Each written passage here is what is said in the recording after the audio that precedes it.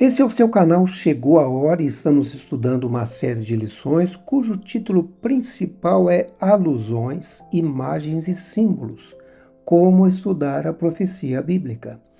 E eu espero que você tenha apreciado nossos estudos e o canal Chegou a Hora. Por isso, eu peço que deixe o seu like e se não se inscreveu no canal Chegou a Hora, faça isso agora mesmo. Vamos espalhar essa mensagem a mais pessoas.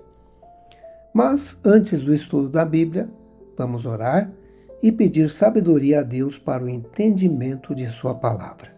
Ore comigo.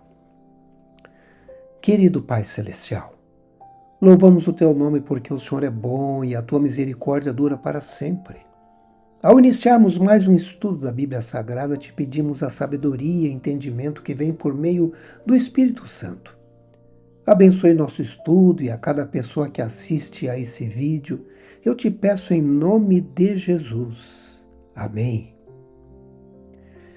A Bíblia apresenta várias mulheres que desempenharam papéis importantes na história da salvação. Podemos iniciar com Eva, cujo nome significa vida, porque era a mãe de todos os viventes.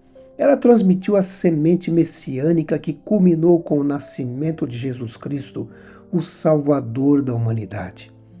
Podemos citar outras mulheres como Sara, Rebeca, Raquel e Lia, entre outras, não é? Elas foram usadas por Deus para a continuidade da linhagem do Messias que viria. No estudo de hoje, falaremos de duas mulheres importantes, pois seus nomes são o título de dois livros da Bíblia Sagrada, Ruth e Esther. Essa é a nossa lição de número 11 e o nosso verso principal, ou verso para memorizar de hoje, vem do livro de Esther. Está no capítulo 5, verso 2. Diz o seguinte: Quando o rei viu a rainha Esther parada no pátio, ela alcançou favor diante dele e o rei estendeu-lhe o cetro de ouro que tinha na mão. Esther se aproximou e tocou na ponta do cetro. Esther capítulo 5, verso 2. Vamos examinar os relatos dessas duas mulheres cujas histórias fazem parte da Bíblia Sagrada e vamos tirar todas as lições que pudermos das experiências delas. Ruth viveu na época dos juízes, no século XII a.C. Israel estava se estabelecendo na terra prometida. Essa é a primeira mulher que vamos tratar. Já Esther, a segunda mulher, viveu no último período de Israel durante o exílio persa, por volta do século IV a.C. Era o fim de Israel como reino do norte. O fato de que a história bíblica de Israel, diz a lição, começa e termina com a voz de uma mulher é significativo, pois na Bíblia, uma mulher frequentemente simboliza a igreja. Então vamos ver Ruth, o poder da bondade, e depois veremos Esther, o poder da beleza. O livro de Ruth começa contando sobre a família de Noemi, como ela deixou sua terra natal na região de Belém para ir para outro país. O irônico é que Belém, o nome da cidade, significa casa do pão. Assim é que Belém, que ficava na terra que Deus deu ao povo de Israel, se tornou uma terra de sofrimento e angústia para a família de Noemi. A lição compara com o nosso planeta, que também foi criado para a felicidade, para as criaturas de Deus, mas com o pecado se tornou um lugar de sofrimento e morte. Ruth, no capítulo 1, verso 1 e 2, diz assim: Nos dias em que os juízes governavam Israel, houve grande fome na terra. Por isso um homem deixou seu lar em Belém de Judá e foi morar na terra de Moabe, levando consigo a esposa e 2 filhos. O homem se chamava Elimeleque e a esposa Noemi. Os filhos se chamavam Malom e Quilion. Eram efrateus de Belém de Judá. Quando chegaram a Moabe, estabeleceram-se ali. O livro continua contando a triste história de Noemi, que perdeu o marido e se tornou viúva. Os filhos se casaram e também morreram, deixando suas noras viúvas. Noemi então decide voltar para Belém e tenta despedir de suas noras, mas Ruth insiste em ficar. E aqui aparece uma declaração de amor e bondade de Ruth. Ela diz, está em Ruth capítulo 1, versos 16 e 17. Ruth respondeu, não insista comigo para deixá-la e voltar.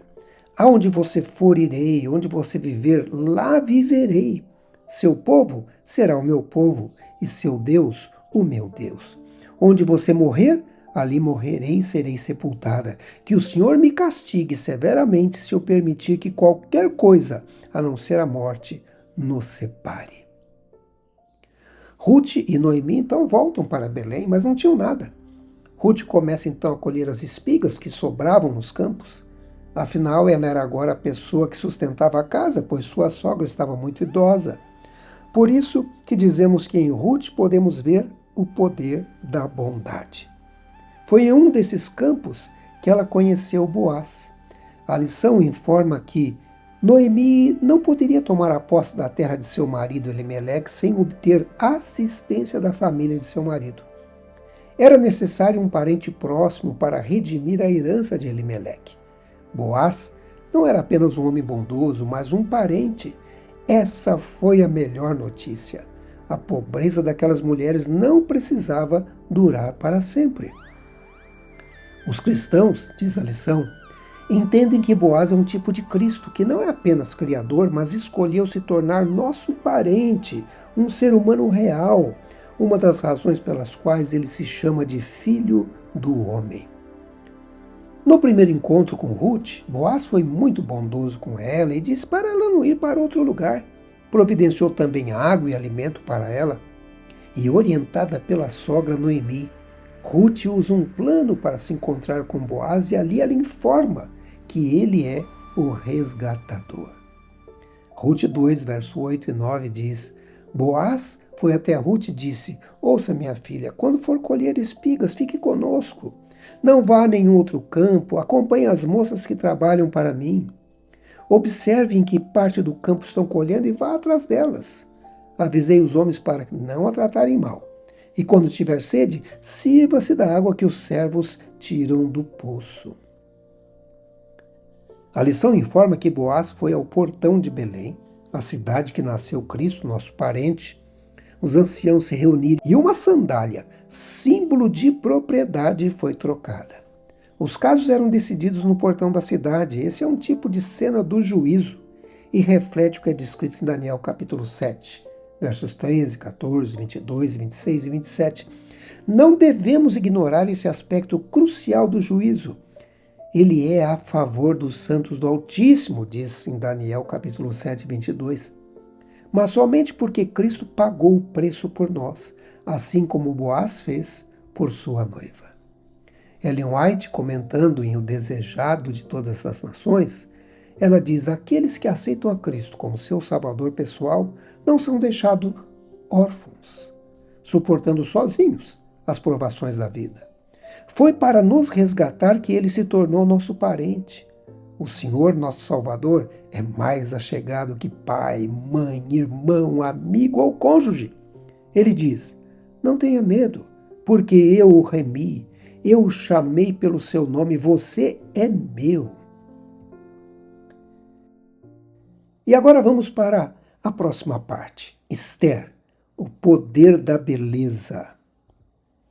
Creio que todos conhecem a história de Esther, mas vamos relembrar. Assistam esse pequeno vídeo.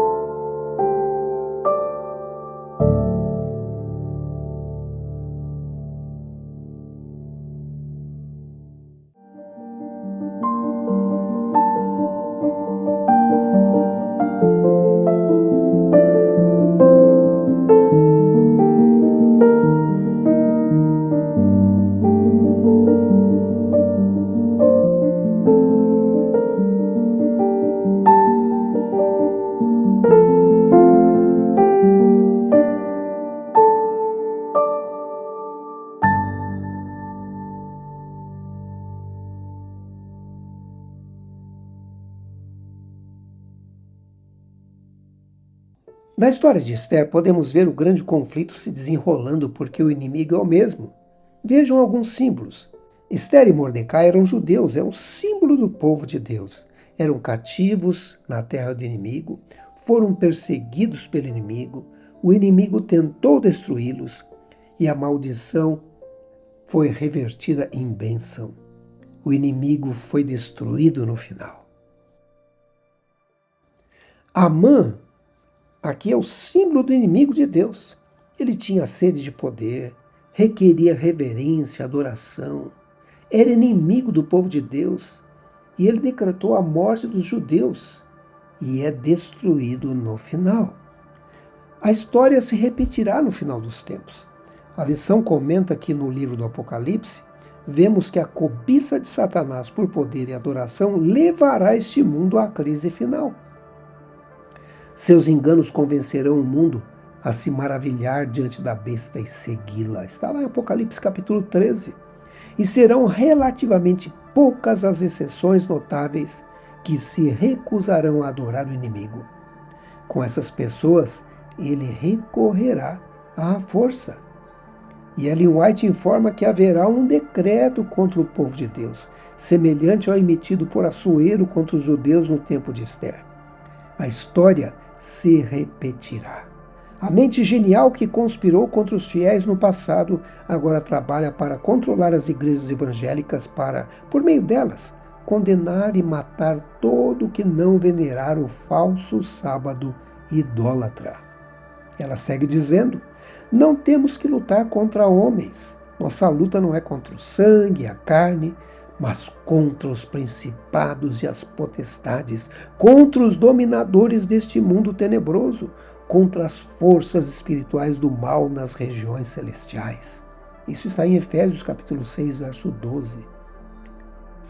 Se o povo de Deus se apoiar nele, se pela fé confiar em seu poder, os ardis de Satanás serão derrotados em nosso tempo tão notavelmente quanto o foram nos dias de Mordecai.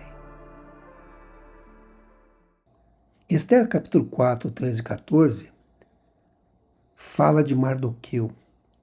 Diz o texto: então Mardoqueu mandou que respondesse a Esther: não imagines no teu íntimo que por estares na casa do rei, escaparás só tu entre todos os judeus, porque se de todo te calares nesse tempo, socorro e livramento de outra parte sairá para os judeus. Mas tu e a casa de teu pai perecereis. E quem sabe se para tal tempo como este chegaste a este reino. A lição se encerra mostrando que a história se repetirá. E assim como Esther teve uma missão para o seu tempo, nós também temos uma missão para um tempo como este, né? Um tempo meio complicado esse que a gente está vivendo, o tempo do fim. A lição diz que Deus revela a verdade sobre a desordem criada pela rebelião e então nos mostra as consequências, mas ele sempre destaca a esperança. Alguns olham para a crise, o tempo de angústia de Jacó, cheias de medo e apreensão. Os momentos finais não serão fáceis. No entanto, assim como a previsão de tempos difíceis é confiável, a promessa de libertação também é. Em Apocalipse 12, o diabo persegue a noiva de Cristo, cheio de ira, mas Deus intervém para salvá-la. A história de Esther também apresenta uma bela rainha desempenhando um papel central no drama, e Deus a usa para salvar seu povo. Ellen White diz: as duras experiências que o povo de Deus enfrentou nos dias de Esther não foram exclusivas apenas desse tempo. João, o revelador, olhando através dos séculos até o fim dos tempos, declarou: o dragão ficou irado com a mulher e foi travar guerra com o restante da descendência dela, ou seja, os que guardam os mandamentos de Deus e têm o testemunho de Jesus. Apocalipse 12, verso 17. Alguns que hoje vivem na terra verão cumpridas essas palavras. O mesmo Espírito que nos séculos passados levou as pessoas a perseguirem a verdadeira igreja também levará no futuro a adoção de uma conduta semelhante para com os que mantêm sua lealdade a Deus. O decreto, que finalmente sairá contra o remanescente povo de Deus, será muito semelhante ao que Assuero promulgou contra os judeus. Satanás suscitará indignação contra a minoria que recusar aceitar costumes e tradições populares. Pessoas importantes e famosas se unirão com criminosos e indivíduos sem escrúpulos para se aconselharem contra os que fazem parte do povo de Deus. Governantes, perseguidores, pastores e membros de igreja conspirarão contra eles. Por discursos falados e escritos, por ameaças e zombarias, procurarão destruir sua fé. Por meio de informações falsas e apelos enfurecidos, despertarão a ira do povo contra os fiéis. Hoje, como nos dias de Esther e Mordecai, o Senhor vindicará sua verdade e seu povo.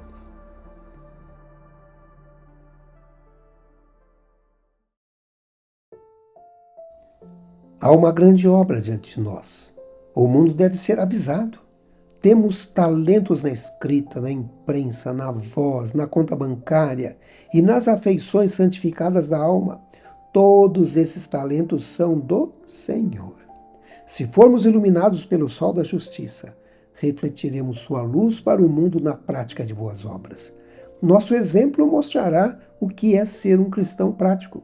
A luz celestial brilhará de nós para o mundo. Que o Senhor ajude a você e a mim permanecermos fiéis nesses dias finais. Lembre-se de que Jesus diz: "Sê fiel até a morte e dar-te-ei a coroa da vida." Apocalipse capítulo 2, verso 10. Ore comigo. Querido Pai Celestial, louvamos o Teu nome porque o Senhor é bom e a Tua misericórdia dura para sempre. Estudamos hoje a vida de Ruth e vemos como o Senhor usou a Boaz como resgatador. Confiamos que o Senhor virá nos resgatar em breve deste mundo dominado pelo inimigo. Estudamos também sobre a vida de Esther e como ela foi usada por Ti para a salvação do Teu povo no passado. Confiamos em Ti, pois sabemos que virão grandes tribulações nesses dias finais. Mas também sabemos por meio das profecias que o livramento virá em breve com Jesus voltando nas nuvens do céu. Mantenha nossa fé, mantenha nossa esperança, que o Espírito Santo nos use para soar o alarme final. Confiamos em Ti, em nome de Jesus. Amém. Se você gostou do estudo de hoje, as lições de Ruth e Esther, por favor, deixe o seu like. E eu convido a você para fazer parte da família do canal. Chegou a hora. Se inscreva e, por favor, acione aí o sininho das notificações. Se sentiu abençoado? Abençoe a outros compartilhando esse vídeo. Eu termino com a bênção do Senhor. O Senhor te abençoe e te guarde. O Senhor faça resplandecer o seu rosto sobre ti e tenha misericórdia de ti. O Senhor sobre ti levante o seu rosto e te dê a paz. Não se esqueça, chegou a hora da volta de Jesus. Maranata! Até o nosso próximo vídeo.